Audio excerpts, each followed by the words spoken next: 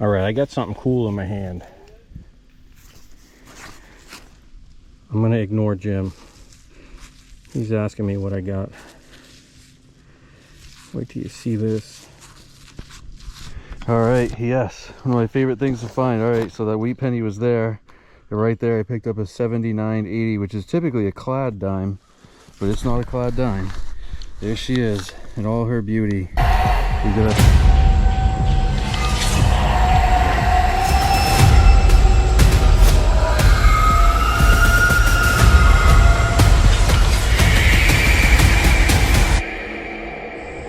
Alright guys, welcome back to Mason Merck Metal Detecting, and today I'm with fellow Granite State treasure hunter Tommy Gunn.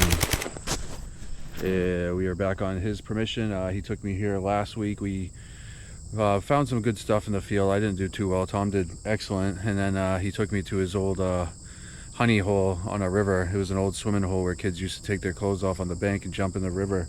And today we're going to go back there, but we are about 3 hours from high tide right now, so it's a tidal water. We got to wait for the water to recede to get down into where the water is this time, and see if there's more of that good stuff. Tom has found tons and tons of old coins on that bank, tons of religious medallions, a few rings. He's done really well there, and we did well there last week, so we're going to try and get in the river this time, but we got to wait for the tide to go out. So in the meantime, we're going to metal detect some fields while we wait for the tide. And first target for me, I got myself some spoonage.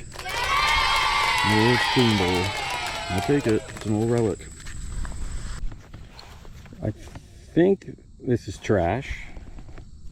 I thought it was going to be a 22 shell. It was, VDI was 12, but it looks interesting.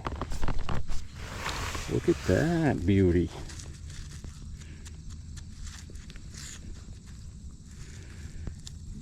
That's wonderful. Nice old suspender clip.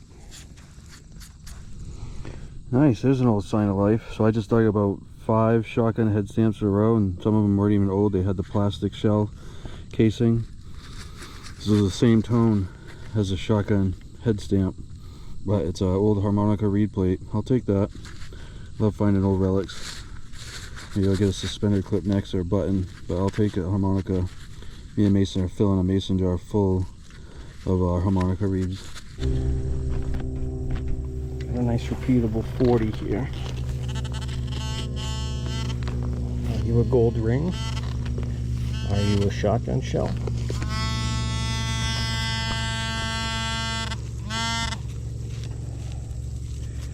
And you are a shotgun shell. What do we have here?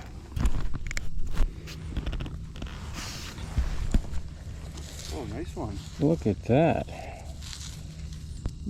You very rarely find them held together like that. You can see the wood in there. That's cool. Look at that.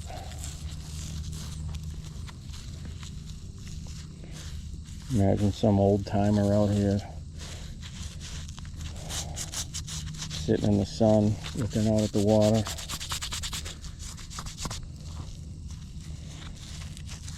Playing Yankee Doodle on this thing. Yeah. Alright, out of this hole here, I just got myself a musket ball. Tom's already got a theory as to why it's here. It says the wooden ship coming up river shooting at Indians on the bank. What do you guys think? I'll take it.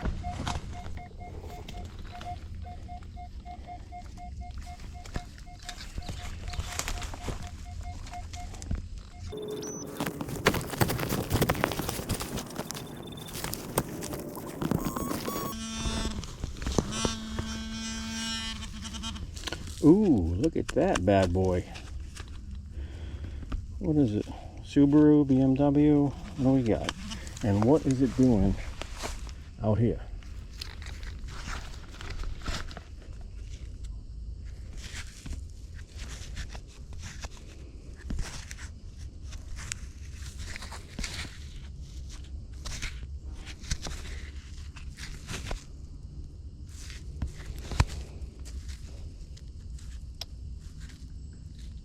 I'm gonna go with a Beamer. It's like an M3 or something. Maybe Mason will play with it. Alright, something green down there in the hole. I was getting one of those suspender clip type numbers. Doesn't look like a suspender clip. What in the world is that thing? I can't tell if it has... Whoop! Right back down in the hole. Put it back. Got some gold gilt on it. Not really sure what it is. It's that stamped brass stuff, so it's probably late 1800s type Victorian era stuff, like all the sash buckles and stuff are made of stamped brass. I don't believe that's a buckle. I have no idea. It's like paper thin. Huh, interesting though. Tom, I think, just snuck out of the field while I wasn't looking to go down to the river. We are about 2 hours from dead low tide, so I might have to sneak out of that field and follow him. Make sure he doesn't find all the treasure without me. Alright, I'm on this side of this hill here, working our way down to the river. Followed Tom into the woods here. Picked up a high tone on the side of this hill. It's an old oil lamp piece, still covered and caked in dirt. But it does have the regulator knob, which those typically have patent dates. But old relic anyway, something cool. Skin around here a little bit longer, I guess.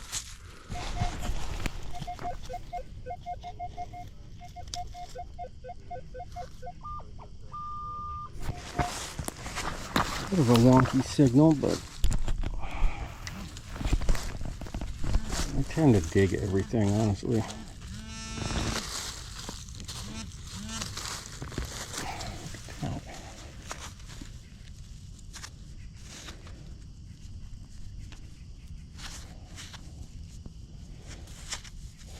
I don't know if this is horse tack. Alright guys, gonna need some help for this one. I had to dig to China for that one. I'm on the side of this bank. The river is right behind me. I pulled this out of the hole. It's super heavy piece of lead. Looks like a giant crayon. It's got a boat out. It's definitely solid lead. Really heavy. No idea what that would be for. Definitely old. Old piece of lead. Looks like a Crayola crayon. But that's made out of lead. If anybody has any idea what that is, what it'd be used for, feel free to fill me in, because I got no clue. Huh. Alright guys, we are working our way up this hill. We're going to try and work our way up this river, just looking for spots where people could have swam and stuff, or rocky areas to get down in the water. It turns out that area is not going to be approachable. It's all mud flats. But I just picked up a bird band, which is really cool. So bird bands are awesome because you can still, till this day, call them into Fish and Game, and they'll mail you like a certificate telling you what the bird was, where they tagged it, what year, all that good stuff. So see if I can read this one. They still want the data off these, so it's oh yeah, it's got all kinds of writing on it. Washington DC. Huh.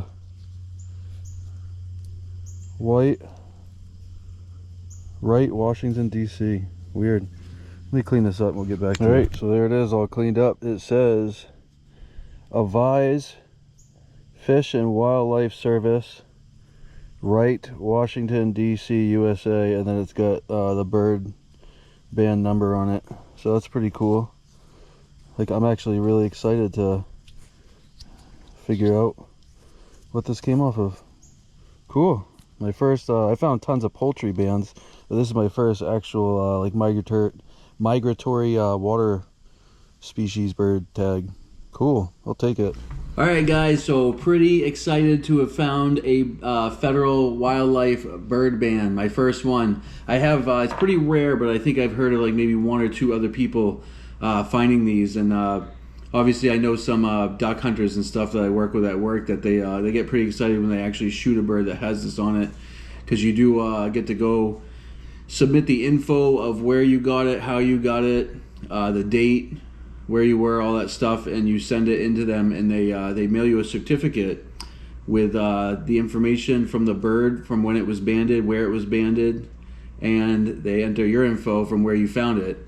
So now that nowadays everything is automatic, so automated, online. So all this stuff is done online now. One of the options for how you acquired the band, you know, other than shooting the bird or trapping it, whatever, is metal detecting. It was in the drop down arrow. How did you acquire this band? And one of the last option there was I found this band metal detecting, which is pretty cool. And within 5 minutes of entering your info, they send you an email with your certificate. I am going to block out some of the personal information on this certificate, but this one's pretty cool. So this bird was banded in on July 15th, 1969. So this bird died a very, very long time ago. And what's odd about this one is typically these bands are found on migratory waterfowl like mallards and wood ducks, and there's millions of different kinds of ducks, but this was not a duck band. This was on a herring gull. That's right, a seagull, which is pretty odd. You don't typically, I don't know why they would band a seagull, because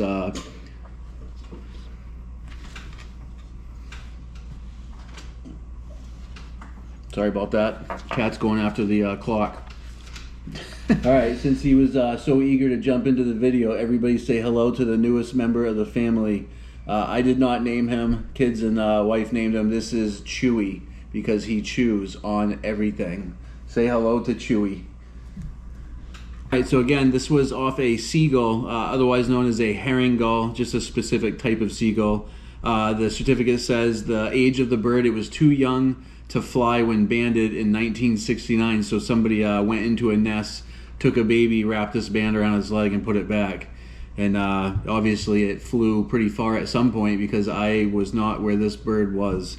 This bird was banded in on Chabagu Island, Maine. No idea where that is, but I will look it up. And I found it on the banks of a river in New Hampshire. It gives the gentleman's name, info, where he lives that banded it. Again, the date, the band number, the bird, species, and then it has all of my info where I found it on September 29th, 2025. So pretty cool, pretty awesome find, pretty unique. Can't wait to enter this one in my metal detecting group for wildcard finds of the month. Just something super unique, and I'm really happy to have it. They do also send you a flight path of the bird. It shows you where they banded the bird and where you found it in a direct line on the map, so you know. All right, we'll get you guys back to the show. Well, hello there.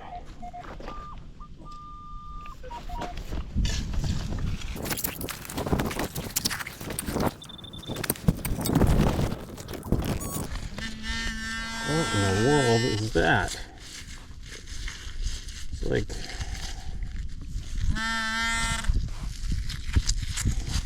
it's like a half of a little mini, like a mini ball or something.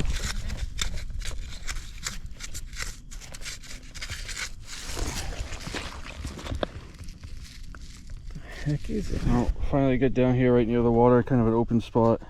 Got a high tone, like a 70, 68, 70. It's a coin. It's a wheat penny. Not sure what the year is. Looks like 36 maybe. I don't know. It's there. It's a nice coin in good shape, but wheat penny, not what I'm looking for. Alright, yes. One of my favorite things to find. Alright, so that wheat penny was there. And right there I picked up a 79.80, which is typically a clad dime. But it's not a clad dime. There she is in all her beauty. We got ourselves a Merc dime. We got silver, baby. Awesome. I love finding mercury dimes. First silver coin myself and Mason found it. It was actually Mason that found it. It's where the name Mason Merc Metal Detecting comes from. Our first silver coin was a mercury dime in the woods right next to our house. Ooh, looks like an old one too.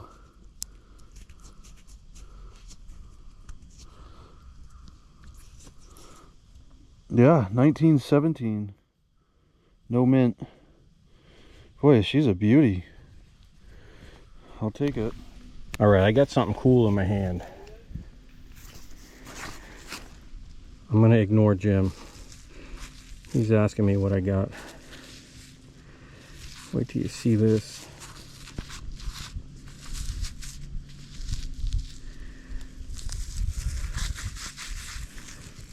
Boom, look at that. Look at that history right there. A dropped musket ball.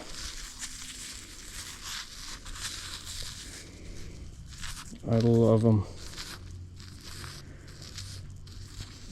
Look at that. It's awesome.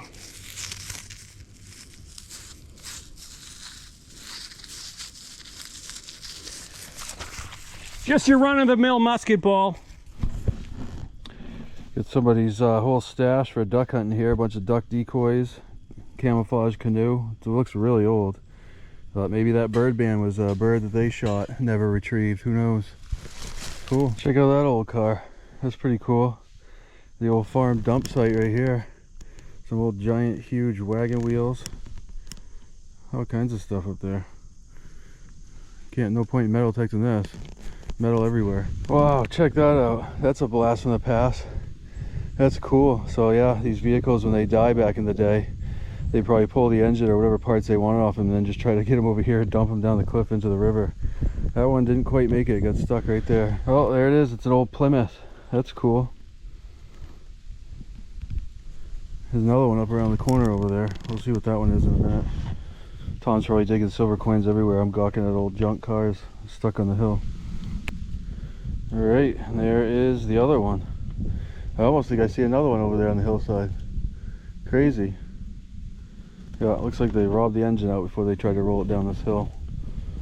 Huh. Cool. Okay. I am walking right along the side of this river. First I saw that brick over there, but then I looked down and saw that.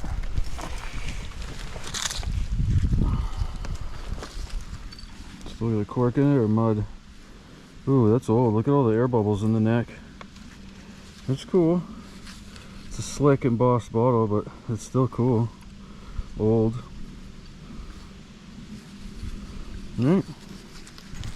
Free surface find. I keep my eyes peeled for native stuff too, even though I have no idea how to look for that stuff, but I always look. So this is like a washout bank. I can see tons of trash up the hill, like old iron and stuff like that. This is what caught my eye, was this teal glass sticking out of the bank. It's pretty useless because it's broken, but there's could be a bottle dump on this hillside. I'm gonna take a quick peek. All right, there is an old dump site, a bunch of iron up there. No point in metal detecting this because there's just metal everywhere, but you can take a quick peek at the old glass stuff that's in there. Big old piece of purple manganese.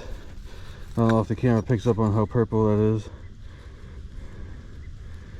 Oh, it would have been nice and embossed too. Boy, it's too bad. Might bring that home and tumble it. People like the purple stuff. Here's a part to an old horse harness. All those brass rings we find all the time, the rivets that sound like Spanish silver, these brass rivets. Pretty interesting. Look like little chimes, so they sound pretty good. Just pulled an old stove door out of here. It says Great Falls. And I think it's got a year on it too, but I'm not gonna be able to make that out. Big old iron stove door. Look at that. Now that is old. It's like an old blob top. I think that's what they call those. That's an old piece. Maybe I'll take that home and tumble it. Look at that old wagon wheel sticking right out of the bank. Oh, it's a little distorted for my liking, but it's pretty cool to see.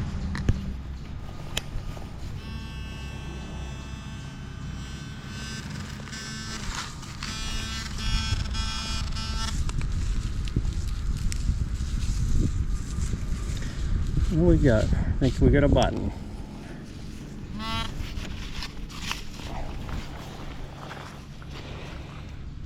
It's got a little bit of a shine to it.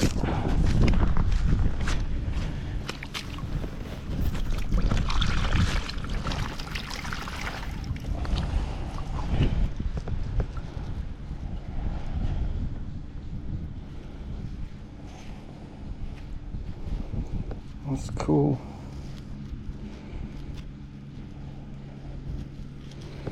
Oh, I love it. Look at that.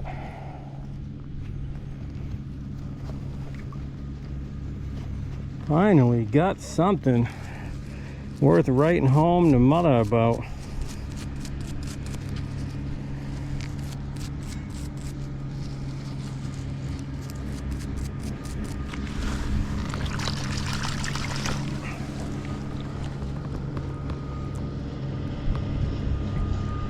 That's got to be tomback, but it's got quite a shine to it.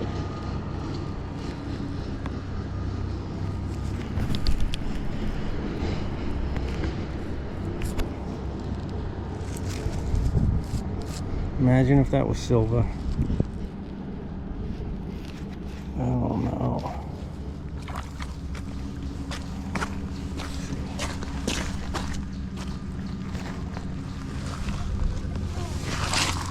$55. I feel like that's high for pewter or lead. We'll see. Awesome. All right here on the river, out of that hole there. I have no idea what this is. It looks like it has a flower on it. I gotta try and get to the water without sinking. This is a muddy mess over here.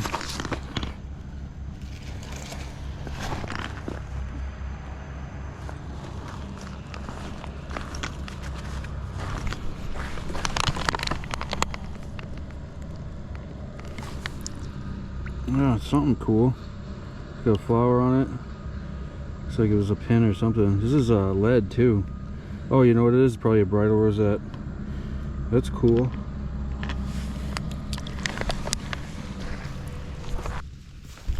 Alright, I don't know if this is a fishing weight,